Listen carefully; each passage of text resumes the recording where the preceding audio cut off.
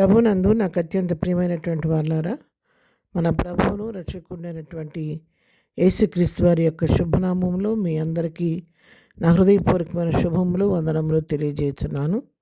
ఉదయకాల సమయంలో దేవుని వాక్యాన్ని ధ్యానం చేసుకుందాము. ఈరోజు వాక్య ధ్యానం కొరకు మనం తీసుకున్నటువంటి లేఖన భాగము సామెతల గ్రంథము 3వ అధ్యాయం 5వ వచనం చదువుకుందాం. నీ సద్బుద్ధిని ఆధారము చేసుకొనక నీ పూర్ణ హృదయంతో యెహోవా యందు నమ్మకముంచుము. ఆమెన్. దేవుని నామమున మహిమ కలుగును గాక.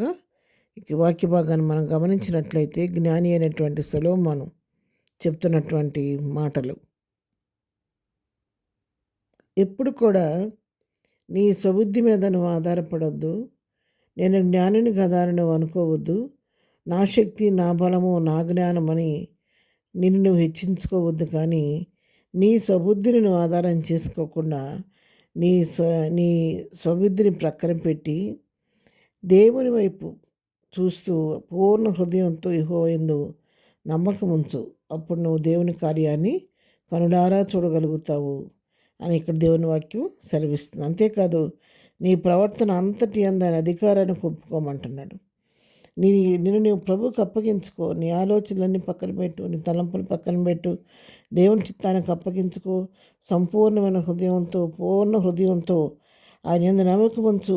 ఆయనకి నీ సమస్యను అప్పగించు.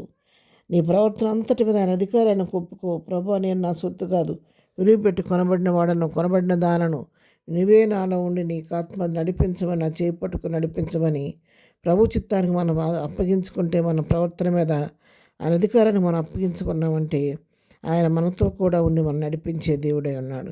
అప్పుడు ఆయన నీ త్రోవలను సరళము చేయనంట.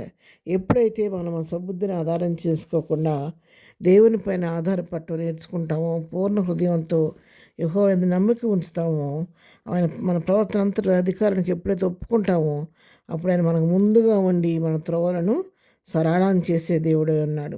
ఆయన మన ముందు నడుస్తూ మనం చేయి పట్టుకొని, నా కుమారుడా ఇదిగో త్రోవ, నా కుమార్తె ఇది త్రోవ, ఇది నడవమని చెప్పి మనకు ఆలోచన చెప్పి ఆయన అడుగుజాడల్లో మనం నడిపిస్తాడు. ఆయన మనకు ముందుగా పోతూ ప్రతి లోయను పుడుస్తాడు. ప్రతి మెట్టను చదును చేసి సమతలమైన భూమిలో సరళమైన మార్గం నన్ను ఆయన నడిపించే దేవుడై ఉన్నాడు. ఇంకా కిందకు వస్తే మరి నీ దేహానికి ఆరోగ్యాన్ని ఇస్తానంటున్నాడు, ఎముకలకు సత్తువునిస్తానని చెబుతున్నాడు. మనం చేయవలసిన క్రియలు చేయవలసిన విధంగా ప్రభువు చెప్పినట్టుగా ఆయన ఆజ్ఞను గైకొని మనం చేస్తే, ఆయన పైన ఆధారపడితే ఆయన అద్భుతాలు, ఆశ్చర్యకాలు మన పట్ల చేసే దేవుడే అన్నాడు.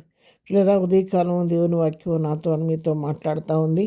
మరి మనం ఏ విధంగా ఉంటున్నాము, మనకు ఎదురవుతున్నటువంటి పరిస్థితుల్లో, మనకు ఉన్నటువంటి సమస్యల్లో మన భారాన్ని మనమే మోసుకుంటున్నామా, ప్రభువుకు అప్పగిస్తున్నామా? మనమే మోసుకున్నట్లయితే ఆ భారం చాలా భారంగా ఉంటుంది.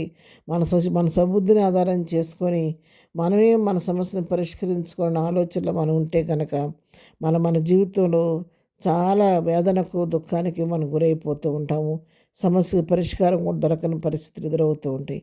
కానీ ఇకనైనా సరే, ప్రభు, ఇంతకాలం నా స్వబుద్ధిని ఆధారం చేసుకొని నేను నష్టపోయాను, ఇదిగో ఈ దినాన నీ వాక్యం ద్వారా హెచ్చరించబడి నేను నా సబుద్ధి మీద ఆధారపడకోకుండా, నేను జ్ఞానిని అనుకోకుండా నేను నీకు అప్పగించుకుంటున్నాను, నీ చిత్తానికి లోబడుతున్నాను, నేను నా త్రోవ మీద నా అధికారానికి నేను ఒప్పుకుంటున్నాను ప్రభు అని చెప్పని మన ప్రవర్తన అంతటి అధికారానికి ఒప్పుకోవడానికి మనం సమర్పించుకోగలిగితే కనుక ప్రభు నీతోనే ఉండి, నా కుమార్తె ఇదిగో నీకు త్రోవ, నా కుమారుడు ఇదిగో నీకు త్రోవ అని చెప్పి మనం చక్కగా చేపట్టుకొని నడిపించే దేవుడై ఉన్నాడు.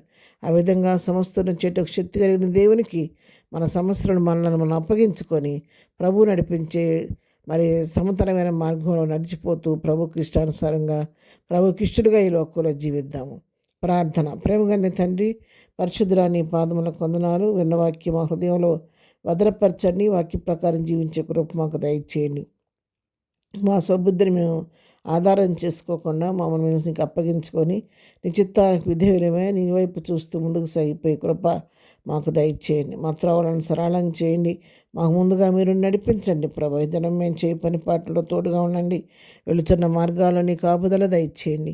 ఈ దినం బర్త్డే, మ్యారేజ్ చేసుకున్నప్పుడు నన్ను దీవించి ఆశీర్వదించండి. ఎగ్జామ్స్ రాస్తున్న బిడ్డలందరినీ చేతికి అప్పగిస్తున్నాను.